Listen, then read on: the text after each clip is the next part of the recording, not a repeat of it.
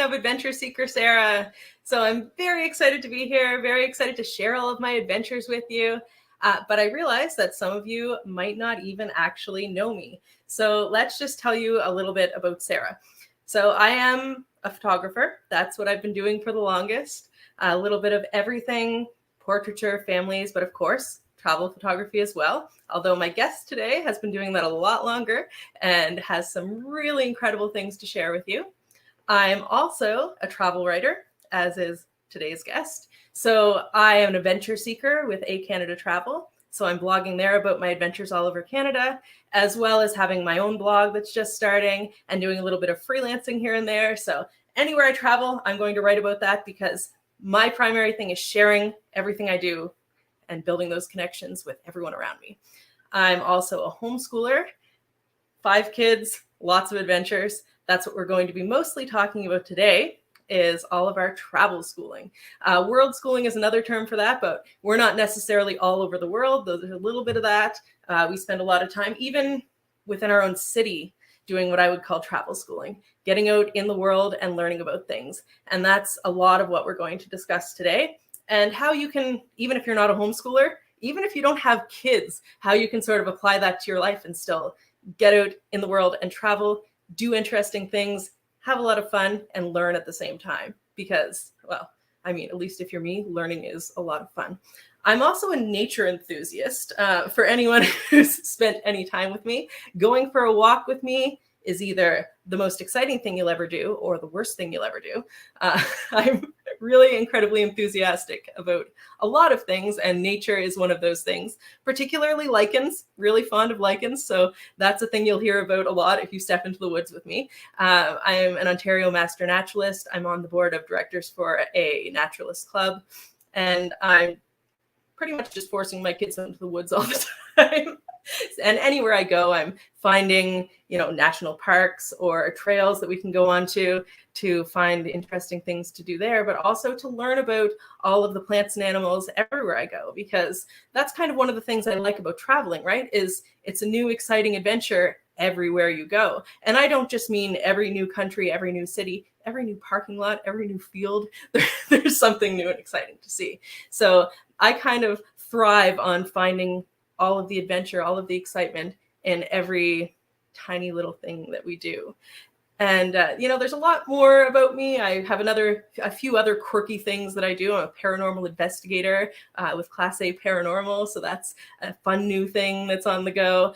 And I kind of, like my guest today, Greg, I live a yes lifestyle. Something exciting comes along, I'm going to say yes to that. There's fun to be had everywhere. So what I'm going to do right now is I'm going to tell you a little bit about travel schooling. So for us, travel schooling is kind of just how we leverage all of our travel as what I think of as an unparalleled learning opportunity. Like, can you think of any time that you've, in grade 3, sat and read your textbook about pioneers and remember something that you read in that textbook? Or are you thinking about the times that you went to the Pioneer Museum and churned butter or milked the cow? And those are the things you remember learning while you were in school, right? I mean, not to say that you're not going to remember anything that you ever learned on a test or anything you read in a textbook, but those things that stick with us forever are those experiential learning moments. So that's what we do when we travel. To be honest, a lot of our history, science, that's done out in the field learning, right? So that's a big part of our homeschool. And I can't say enough good things about that. That is, like, in my opinion, one of the most amazing ways to learn, not just for kids. I mean, that's how I still learn. If you ever travel with me, you'll see me get really excited when a guide knows a lot about, the local wildlife or about the history of a place. That's what really gets me excited, going out and learning about where I'm at. And there's a lot of value for me in experiential learning. So like I said, when you're thinking back to your time in school, you're not remembering all of those, dull moments of lectures and textbooks and tests. Not to say that you're not learning anything from those, and everybody learns differently, but it's all of those moments of, time in the science lab or out on field trips. Those are the things that you're going to remember, projects done with your friends, right? It's all of those things where you have a hands-on experience. So we can translate that into traveling. So I just want to say that I know that me telling you to travel for school or travel for learning does come from a place of privilege. Like, not everyone has the time or the money to do that, or the lifestyle that allows them. But if your lifestyle does allow for it, there's a lot to be gained. And like I said, it doesn't have to be traveling to a brand new country or even traveling outside of your city. Like, there's so many fun things to be found in every tiny spot. And there's lots of museums that have free nights. You can go out onto a trail, just take out a hand lens, a $5 hand lens, and there's so much that you can see that you've never seen before just by looking up close. I'm going to bring up lichens again because that's one that I go to often. It's one of those often overlooked things that is everywhere, and nobody really realizes it. But once you get in close, you're looking at a whole new tiny little world, right? So I'm going to tell you a little bit about how we make our almost constant travels. Of course, COVID, so not so much right now, but our almost constant travels are main vehicle for learning. Of course, we do worksheets, we have work we do on the computer, but I think the majority of our actual learning has come through traveling. Now, it might not be the way for everyone, but if you can take away one small tip from this, then it's still going to enrich your life in a small way. So we, of course, we kind of try to make use of that time while we're in the car too. That's our time to do workbooks or reading. Some people have car sickness, so that doesn't work. But we also do projects when they're in the car. When we were in the northeastern United States, we made a graphing project of counting all of the birds everywhere we went. We had a tally for each species, and then we graphed them later. We had the girls journaling about everything we did as we were going along to give them a chance to write every day. Also, while we're in the car, we're doing random quizzes. We have like quiz books that we use and quiz cards. Sometimes the girls will start quizzing each other on topics, on places that we just went, that sort of thing. So that's always fun. We also take that time to do unit studies. So I remember one trip that we went on, we went through the whole Little House on the Prairie series, basically while we were traveling from place to place, because we were on a 10-day trip. So we also happened to be going to pioneer museums in that time. So that was our time to do that unit study. And in the car, we kind of fill our downtime with documentaries and audiobooks. We listen to all the Narnia books on the go. And really, that's kind of our time for like what we call emergent curriculum. Do we see an opportunity to learn something? Like, we were on one trip and started seeing a whole bunch of really interesting bridges that were all designed differently. So I got on my phone and started Googling. We started learning together, because I don't know a lot of bridges and the different types of bridges and all about that, but we learned together about what the different bridges were and their different purposes and why they're designed in that way. So looking for opportunities of things that you're seeing regularly, or things that the kids see that they go, hey, that's interesting, let's learn about that. So that's another great thing about travel schooling, is you just never know what might come up. But that's kind of the great thing about real life too. If you watch for opportunities, you can always be learning. So one thing I like to tell people though is, there are times that I've found, like, we've been doing this a lot. So for the best experience, and that depends on who you are, maybe you really like crowds, you like being around a lot of people at the same time. But if you want times at museums and attractions where it's a little less busy, because we homeschool, we have the opportunity to travel on the off times. So you're going to places like, we had Six Flags passes, for example. Now, those Six Flags parks open in May, but typically aren't busy until summer. So we would be going to our Six Flags parks and then to museums at the same time in the spring, when most kids are still in school. And gosh, we had one museum, a whole entire pioneer museum, with volunteers at every station that were there to tell people all about their craft, and nobody was there to tell. It was just us. So everyone was absolutely delighted to have the girls come by and be so interested in what they were doing. And that was because we went in May on a Wednesday when nobody else was there. Now, of course, you'll get school groups coming on field trips, but again, pro tip, if you go after 1:30, that's when they start leaving, because they have to get back to school. So there's times that you can kind of make sure you're fitting in those gaps where there aren't a lot of other people there, and you're going to get even more of a learning opportunity out of that. Someday I'll do a whole entire chat about all the different museums that we've been to and all of my great tips for that. But when it comes to museums, the best thing I can tell you is about reciprocal agreements. Now, if you saw me on Jen's show a couple of weeks ago, I talked about this because it makes me really excited, and it's a thing that not a lot of people know about. So in our area and all over North America, if you belong to a science center, for example, there are a few other reciprocal agreements. The science center one is my favorite. If you belong to a science center, you buy your museum pass for your museum in your city. But what a lot of people don't know, and what isn't really heavily advertised, is that all of these science centers, all throughout Canada and the US and throughout the world, have a reciprocal agreement, which means that if you have a pass to one, you can get into them all for free. Now that doesn't include special exhibits and stuff like that. And, some of them have their IMAX movies and that sort of thing. But for your base galleries, everything's included.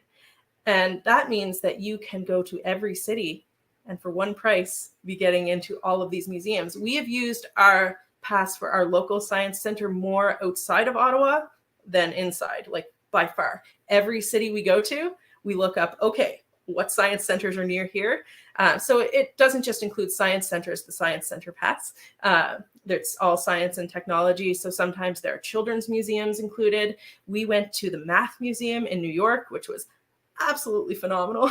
So looking at those reciprocal agreements, there's one for the zoos and aquariums that works in a similar way. There's one for art museums. So anytime you're getting a museum pass, look and see if they have a reciprocal agreement and if there's some way that you can leverage that for extra fun when you travel.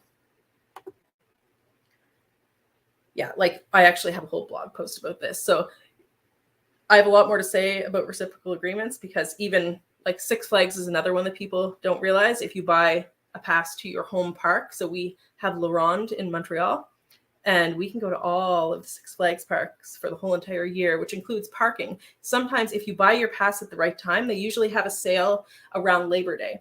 And if you buy your pass at the right time, buying your pass for the whole entire year is cheaper than going once.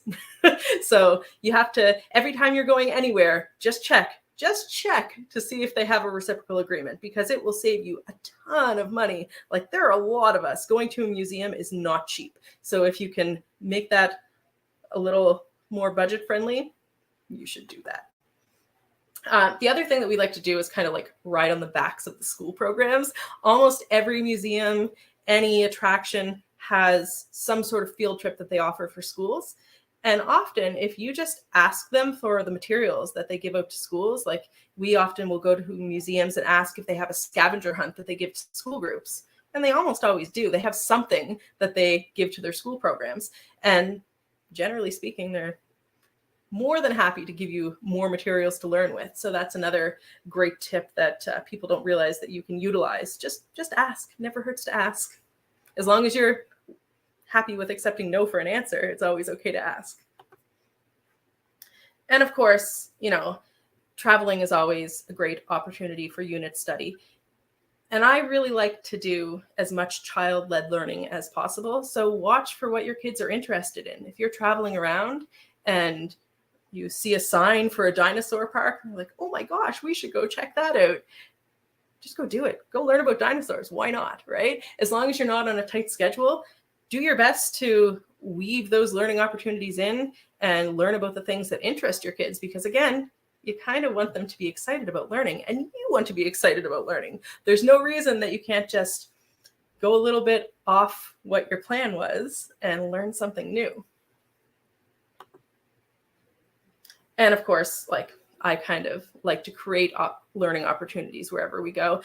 This is not something I recommend that everybody do if you're not homeschooling, although you can, because scavenger hunts are fun. But this photo is from when we went to Fisherman's Cove. They have all kinds of monuments, all kinds of interpretive plaques. There's a museum there. So I went through the day before I went with the kids and made a whole entire scavenger hunt for them and a list of questions, and kind of led them around the space in a way that was going to best facilitate learning. And then that also led them to things that I thought they might be interested in, gave us the opportunity to, go down to the beach and look at tide pools too, and they thought that was interesting. So you can always create your own learning opportunities too.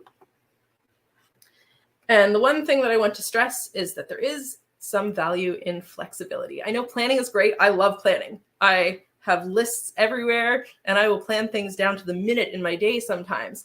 But with that, I know that life is life. So there's always room for a little bit of flexibility. And that's really important when we travel, because some of our best finds have been on the fly. When we see a sign and go, oh, interesting. What's that museum, or what's that attraction? We literally just saw a sign on the side of the road and thought, well, let's go see what that's all about. And those have led to some of our most interesting travel times. So if you're building in a little bit of padding, you might find something really exciting that you wouldn't have found otherwise. And this is kind of a funny thing to talk about, but if you are teaching your kids on the go, especially if you're using my tips and going during, times that you would be usually during school, during school hours, that's fine. You might not get so many dirty looks, but we've gone to amusement parks on the weekend. The photo on the left there is when we went to one of the Six Flags parks. Now, Six Flags this is my tip about utilizing the materials that they have for schools. Six Flags hosts a math and engineering day for students every year. All the classes come, they give them a little packet where they have worksheets where there are math problems and engineering problems that relate to all of the rides. I thought maybe we would go, but it didn't line up with our schedule. And I emailed them and asked if they could just send me the packet. And of course, they were happy to do that. But that meant that I was in an amusement park on a Saturday with my kids standing in line doing math questions. And there was a lady in front of us on one of the rides who was just glaring at me the whole time. Like, how dare you make your kids do school at an amusement park? Now, little did she know that they've been also, at amusement parks on a Thursday and doing no school, or that they're still having fun, lady. Like, it's fine. But we also, the other photo is in Central Park. We were out with Steve Brill, who's a famous wild edibles expert.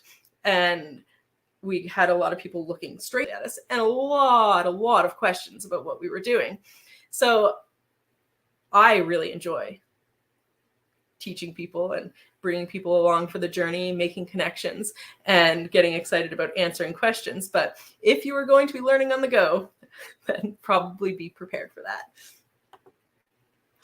So some of our favorites, I'm just going to tell you a few. If you are anywhere near the northeastern United States, lots of things in Canada too, of course, but some of the things for us that we've really loved, Diggerland. If you don't know about Diggerland, it's the best amusement park ever. We love amusement parks so much. Diggerland is entirely construction themed. It's in New Jersey, so look up Diggerland USA.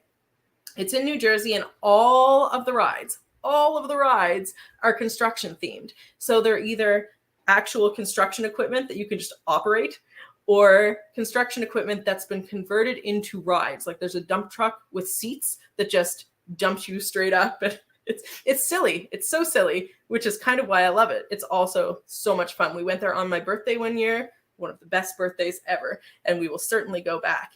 And although I haven't been to this, there is a Diggerland XL for the adults. So you get to ride the big vehicles. But anyways, Diggerland is awesome.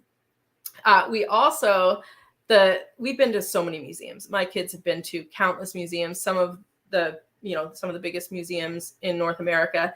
And still to this day, they say that the best museum they've been to is the Museum of Trades and Crafts also in New Jersey, actually. And I'll put some of these links up on my Facebook page for you later. But this place, the reason it was awesome is because it was so interactive.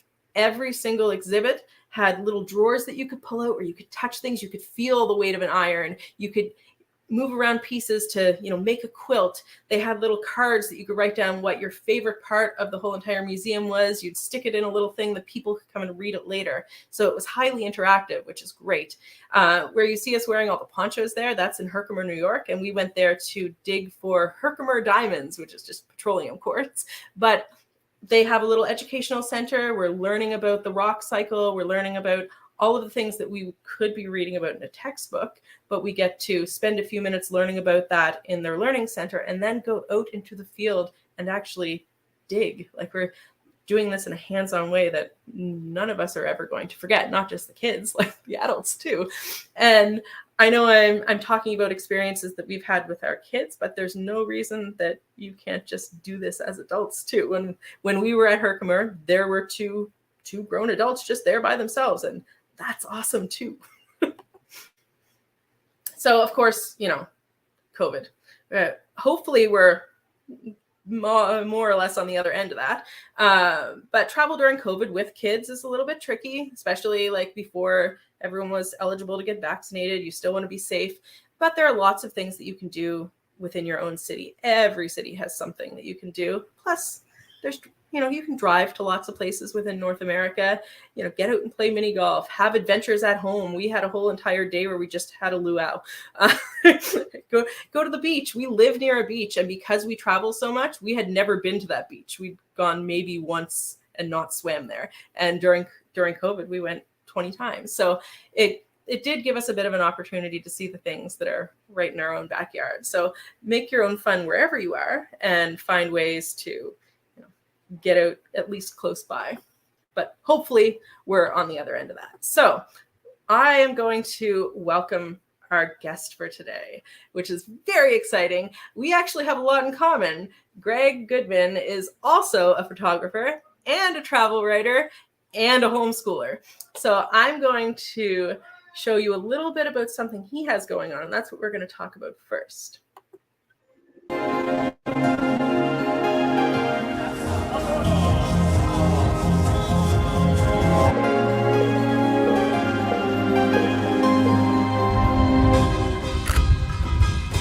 My name's Greg Goodman. I travel the world taking photos and blogging. When I'm on the road, I like to get well and truly lost so I can really get to the heart of a place. And now, I've come to get lost in Korea. Wow, what an experience! Unbelievable.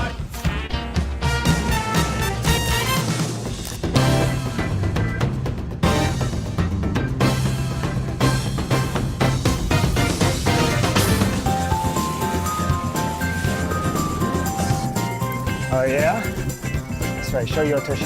Give me your sexy face. Oh yeah. Korea!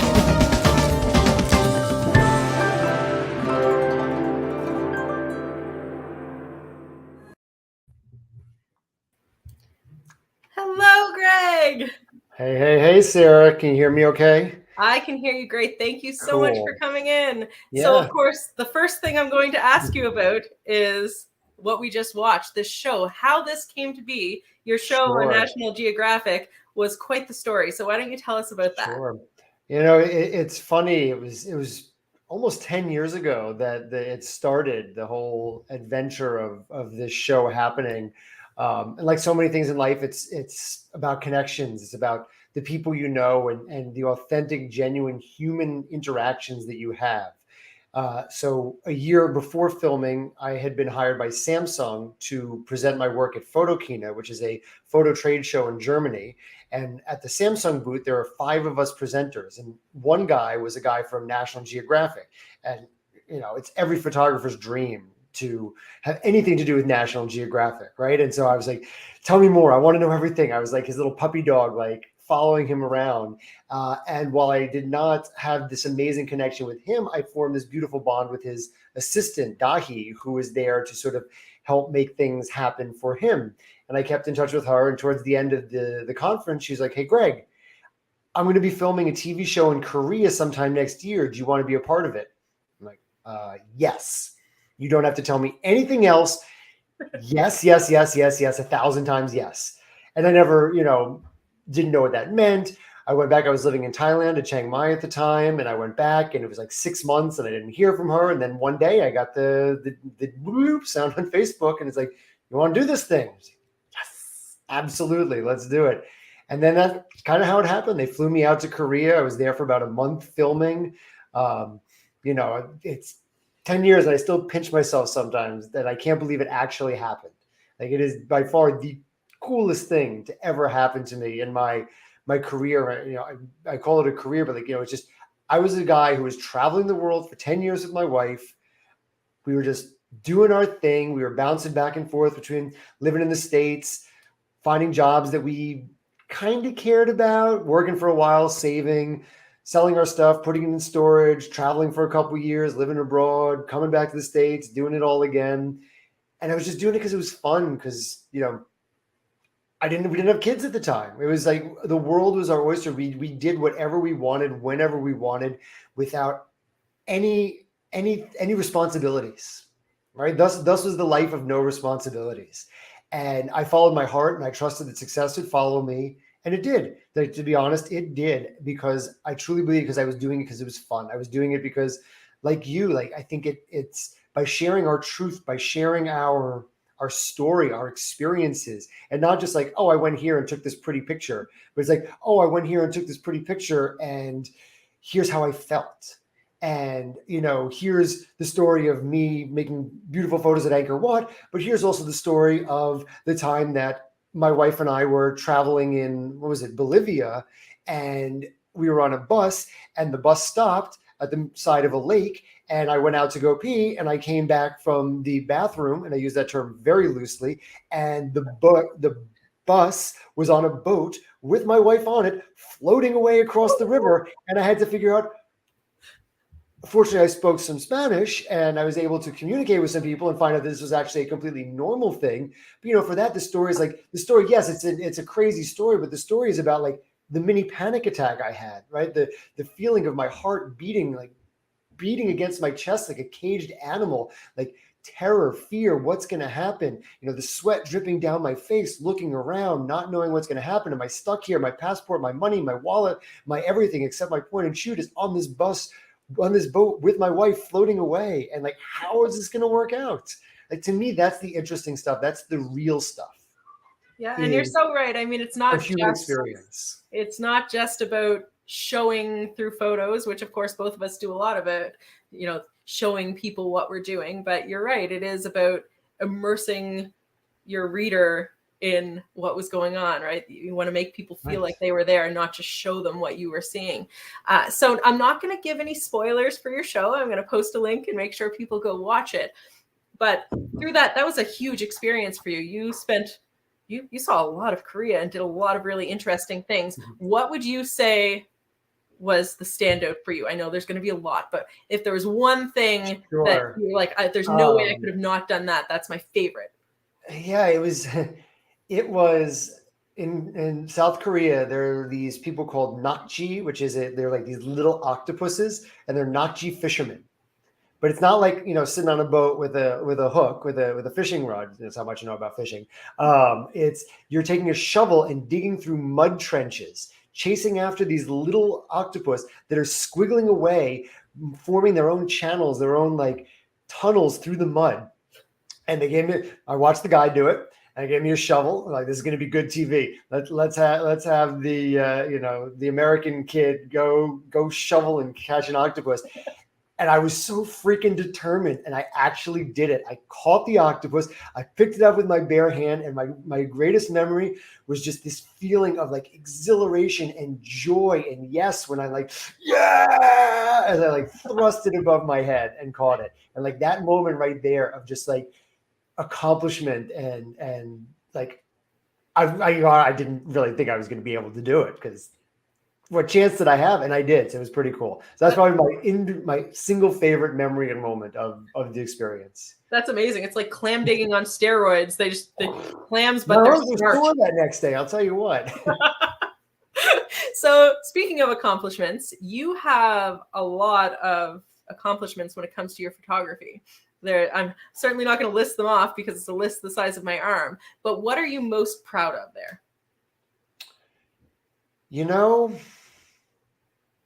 That's a good question. At the end of the day, the accomplishments are cool. I'm grateful for the accomplishments.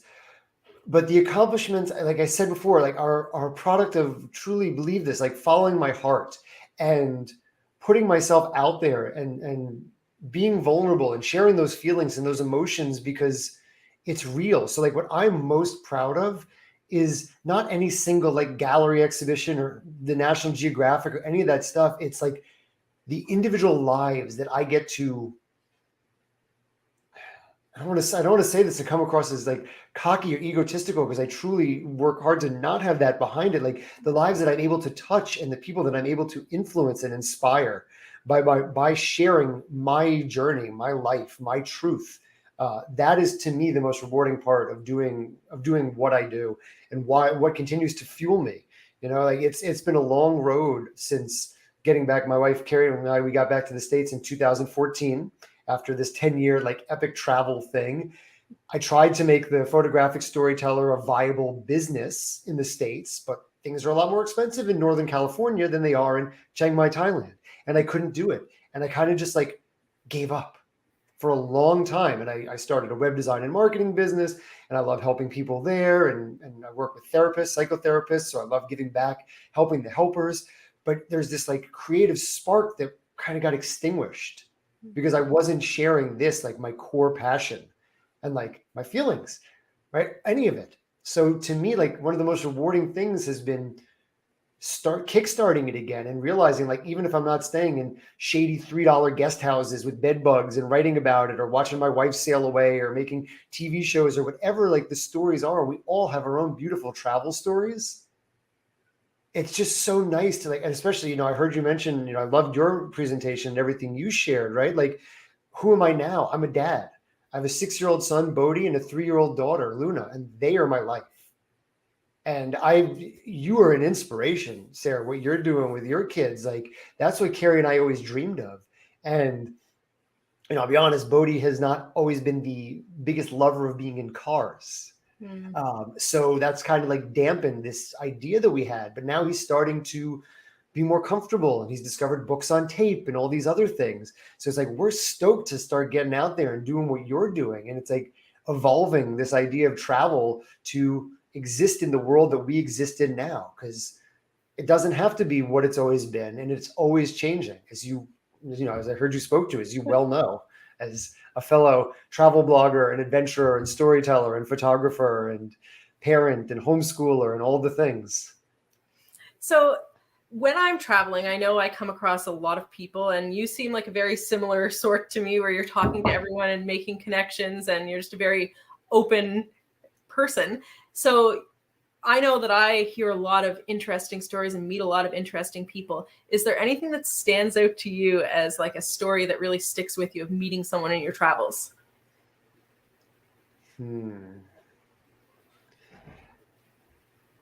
They kind of all blend together, because like you said, everybody has their beautiful story, but like it's more like the themes that run through all of our lives, especially anybody who loves travel. Like, why do people love travel so much? Like, yes, it's an escape. It's an escape from life back home. It's an escape from reality. What is reality? That's a whole other conversation, right? But like, and some part of it is escapism, but it's also this desire to understand, to like, how do we fit in? How do we fit in the big picture? Like, and what does travel gift people? Is it gifts you this understanding that we're all the same. Right? Like that's what I love. And that's like the conversations I love having, whether it's, we're talking about the universe and meditation and Dharma, or whether we're just talking about like, this is what a toilet looks like across the world. This is what a taxi looks like. This is what a plate of food looks like, right? Like we all are connected. We're connected energetically. We're connected metaphysically. We're connected by the fact that we live on planet Earth, and that we all, our bodies, our lives, our minds, we all have the same needs. So I think that's kind of what it is like the different conversations that you have with people, like understanding their take, their vision, their view of how we are all interconnected. Like those are the stories that really excite me to hear, to talk to people about. Like I'd love to hear what you think about that. Well, I mean, that is the thing for me for traveling is, and for life, really, it's all about connections, right? Not just connections with the people that I'm around all of the time, but with everybody that I encounter, with nature, with the past, even with myself. And traveling allows for a lot of those things. And I think it sounds like you have, similar reasons for traveling. So that's kind of exciting. But you have something else really exciting that you've been working on that I want you to tell everyone about, this course that you've created. Sure. So I won't give it away. You go ahead and tell everybody. Oh, I'd love that. I appreciate the opportunity to sort of, share my passion. And so everything that I do is something called photographic storytelling. And what that basically is really simple. You take words, you take photos, and you put them together. And that's literally it. It's super simple. But people don't really do it. People are either sharing beautiful photos, and especially on Facebook, right? Like social media, especially Facebook, is this incredible connected platform. And it brings people together who are not physically together. It's, of course, it's redefining the concept of friend, but it's also redefining the concept of community. Because in the past, like we are stuck with, that comes across as wrong, but like we are limited by the people in our geographic region. And if you're somewhere and you have a certain way of thinking or a certain belief and there are not people around you, then your community doesn't really thrive, because either you're pretending to fit in or be someone you're not, or you're just like, I don't want to have anything to do with these people, and you just don't have community. But online, on social media, we're able to connect with people in this global world of ours and get to know them and talk to people in Canada, in India, in Asia, all like everywhere across the world. Like, what are you passionate about? What do you want to do?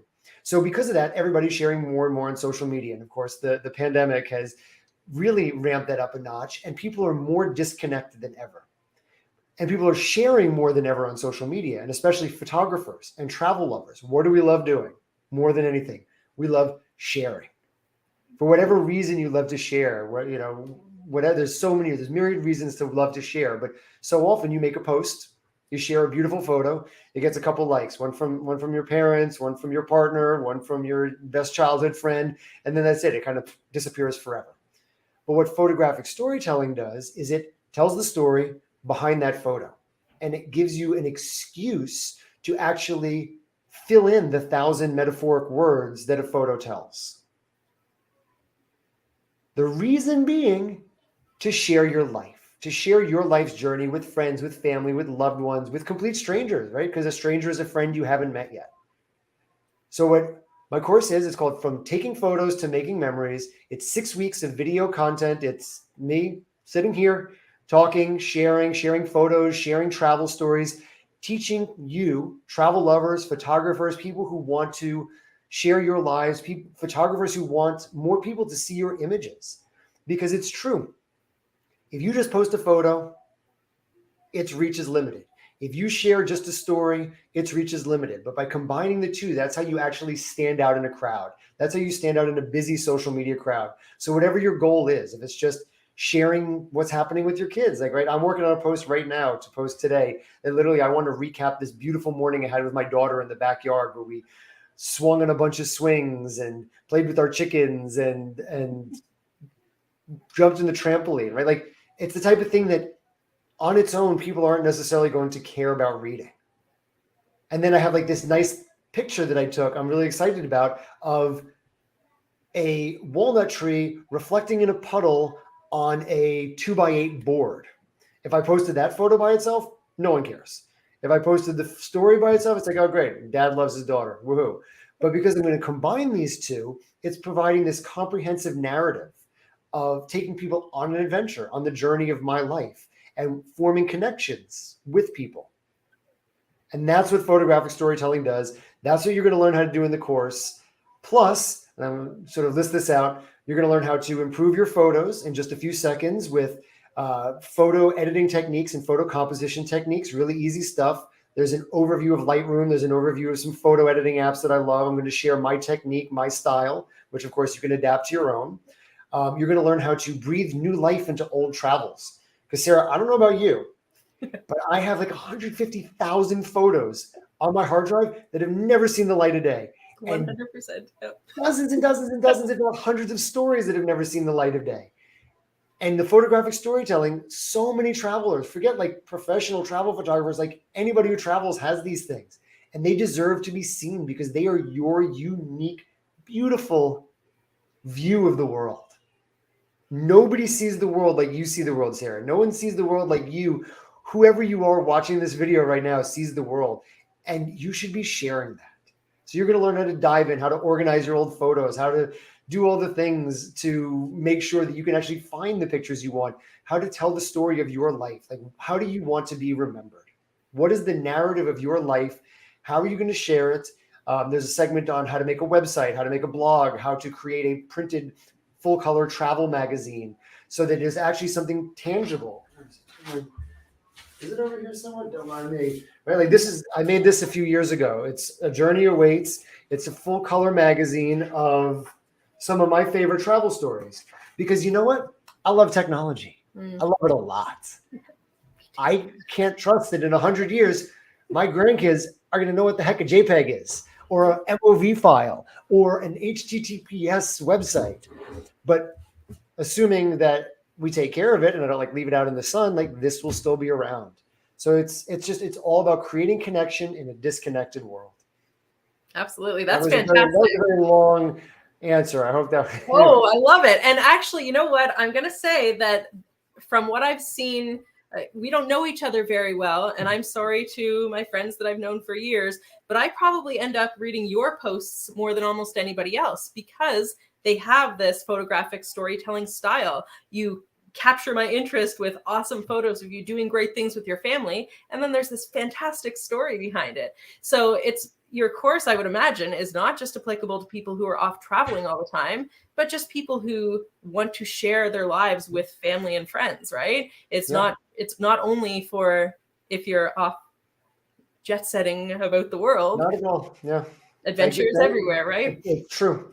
Yeah. It's true. It's one of my things is rekindle your creative travel spark in your own backyard. Because whether you're traveling or not, whether you've never traveled, it's exactly what you just said. Just sharing your life and being connected and having adventure seeker Sarah, who I've never met in the real world, who I've only connected with on Facebook, feel like you know me. And that's a beautiful thing. That's what we need more of in this world of ours, where we're all just so like, this is you, this is me, and let's come together. There's always a connection. So one of our other connections, of course, is homeschooling. So yes. I would love to know what made your family decide to homeschool. How do I say this? It just kind of seems like the only option.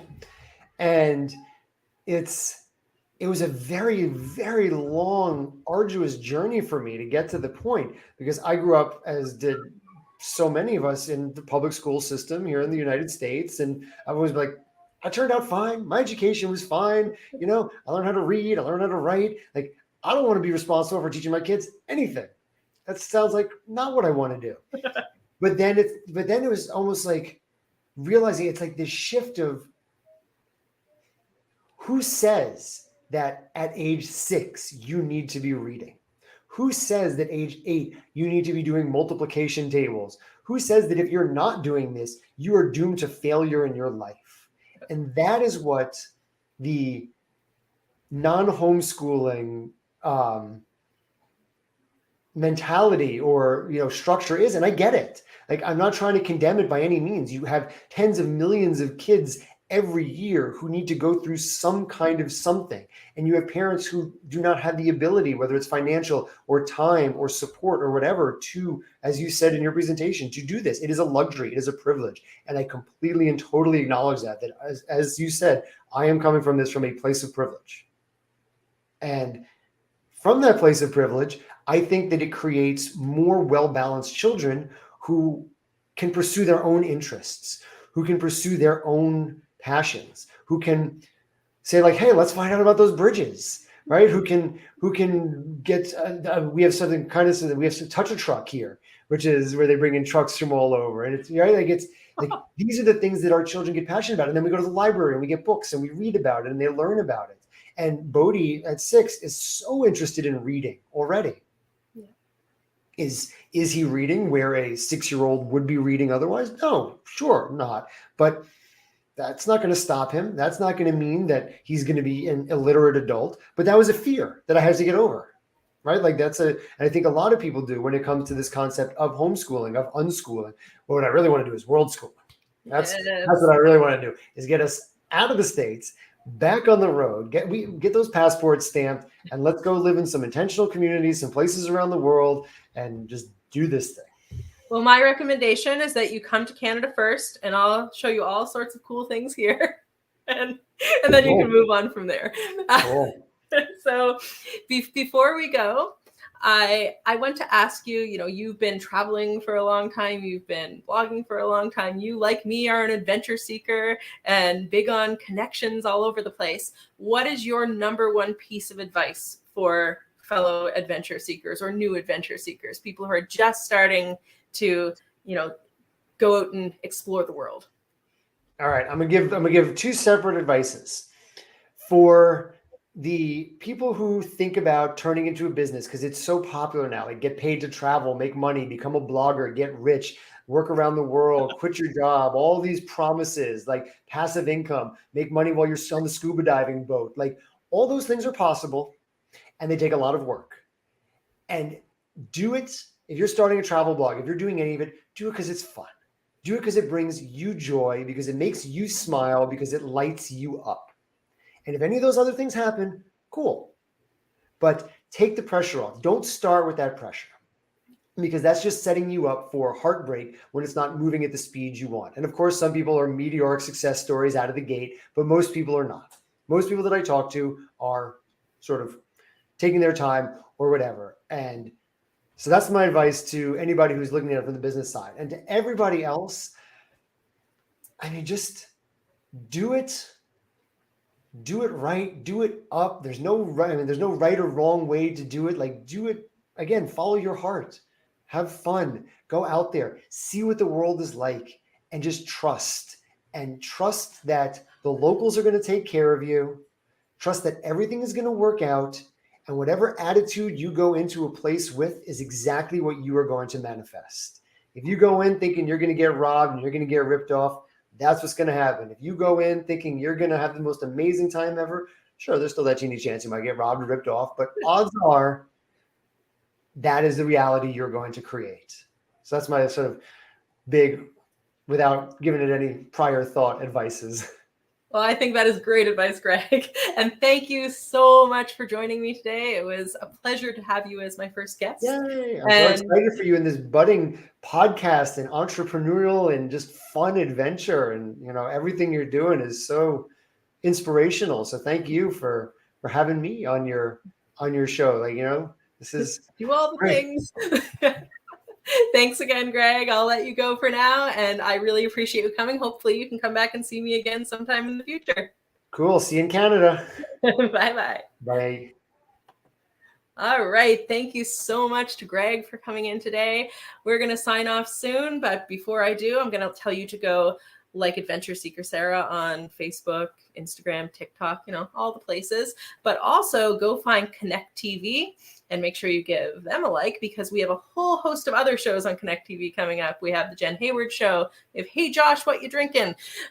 That's pretty awesome if you like beer. So that's a big one, and a whole bunch of other shows. So make sure to go like Connect TV, and also go find Greg on Facebook. I will go post some links to him as well on my page and on Connect TV. But he's an awesome person to follow. Like I said, you'll feel like you know him after a week. It's phenomenal. His style of storytelling is just, I can't even describe it, but you'll see quickly. So thank you everyone for joining us tonight, and meet me back here again next Friday at 6 p.m. Eastern Standard Time for more adventure.